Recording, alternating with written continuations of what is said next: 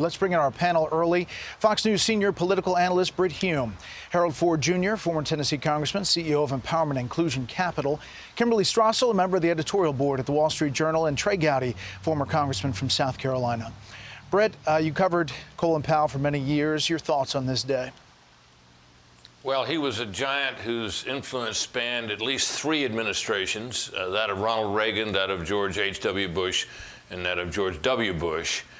My first memories of him, Brett, date back to 1989, early part of 1990, when the U.S. invaded Panama, a conflict many will not even remember, to take down the corrupt criminal dictatorship of Manuel Noriega, whose administration down there had declared war on the United States. Big mistake.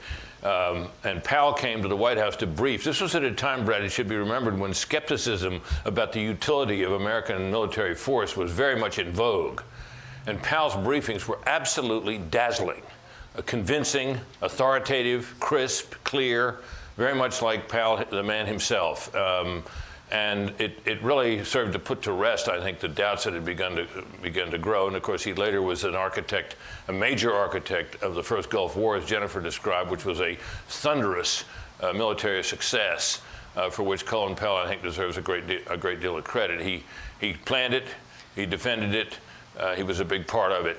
Later, he came to controversy, as we all know, over the Iraq War and his speech at the UN claiming that Saddam Hussein had weapons of mass destruction. It should be remembered in that regard, Brett, that while that intelligence proved to be faulty, virtually every intelligence service on Earth had reached the same conclusion. So he was far from alone in that. A man for his time, and a man I think we will all remember with admiration. Yeah, that commencement speech, we saw part of it in 1994 from General Powell. Let's take a little clip of that, more of it. America is a family. There may be differences and disputes within the family, but we must not allow the family to be broken into warring factions. From the diversity of our people, let us draw strength and not see weakness. Believe in America with all your heart and soul, and with all of your mind. You are its inheritors, and its future is today placed in your hands. You know, he's remembered for breaking glass ceilings, Harold, but those presidents valued his advice. Ronald Reagan, all of the presidents Brit just mentioned. From your perspective, your thoughts today? I think Brit said it very well. Thanks for having me on. He was bigger than life, and bigger than life for those who pursue a life in government and public policy. He wrote a book, his last book, I think, was It Worked for Me. It was his leadership lessons on life.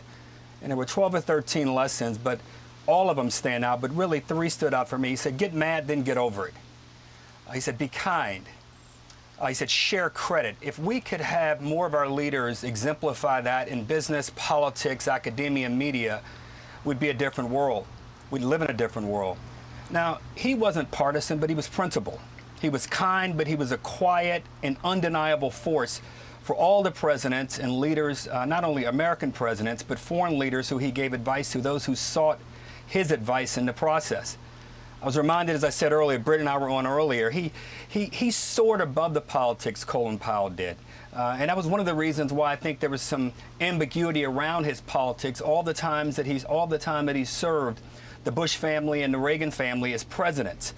When in many ways what he was a patriot more than anything.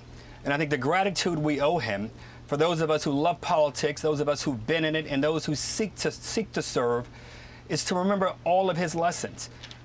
And that is, first and foremost, serve America, serve our people. And as he told those students at Howard University, don't just find the fault, fix it. Don't curse us. We're America. We're bigger, we're better, and if we are at our best, we can solve any problem. He will be missed. His family, they should know they are in our prayers, and they should know he made America a better place. Yeah. Kimberly?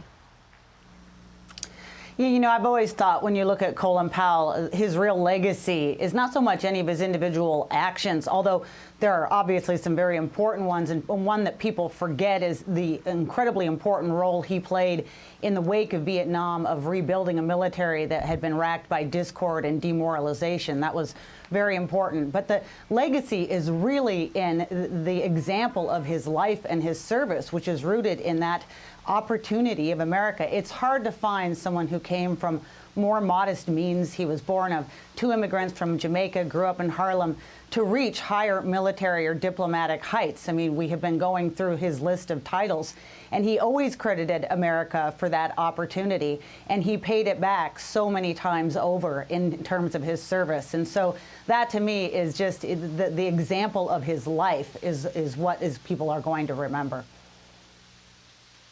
Troy, we don't know what he would have been like as a president. He definitely flirted with it, as we talked about in the piece. His wife really didn't want him to run. But, you know, in 1996, he was close. Yeah, Brett, I think the 2 lessons, and I'll start with this one, even though I think it's less important, how much the country and the party have changed since 1994, since he gave that commencement address, since 1996. You know, the Republican Party has changed dramatically, and I wonder if the message he had for the graduates, I wonder if it would even resonate anymore. But the real lesson I took this morning, not the titles that he acquired, not even the positions he held, but how he described himself. Husband, father, grandfather. That's how he wants to be remembered. And if that's how we want to be remembered, that's probably the order in which we should live life. I think that's a lesson for all of us. Yeah, Britt, last word. He will be remembered for all these different positions, but he was kind of a larger-than-life figure in Washington. Yes, he was widely admired. It's been mentioned that, you know, he was approached by the Republican Party and boomed in the Republican Party to run for president, but Democrats would have been happy to have him run in their party too. Such was his reputation and his standing. It was bipartisan, the admiration. He came to some grief with the Republican Party after a while. He was a dissenter basically on the Iraq War and so on. And then there was a moment that I think he would prefer to forget, and many of us would, and that was during the investigation of the famous Valerie Plame CIA leak, in which it turned out that his top aide had been the leaker. And Powell, knowing that, sat in a cabinet meeting with President Bush, President George W. Bush, who said he wanted to know who it was. Karl Rove was relentlessly pursued on that, ultimately not indicted, and justly so. But Powell knew and should have said, and he didn't. But I will say this. Karl Rove is one of the people who spoke most admiringly about him today, which tells you a lot about Karl and tells you a lot about Powell. He's quite a man. Panel, thank you. We'll see you later in the show. Hey, Sean Hannity here. Hey, click here to subscribe to Fox News YouTube page and catch our hottest interviews and most compelling analysis. You will not get it anywhere else.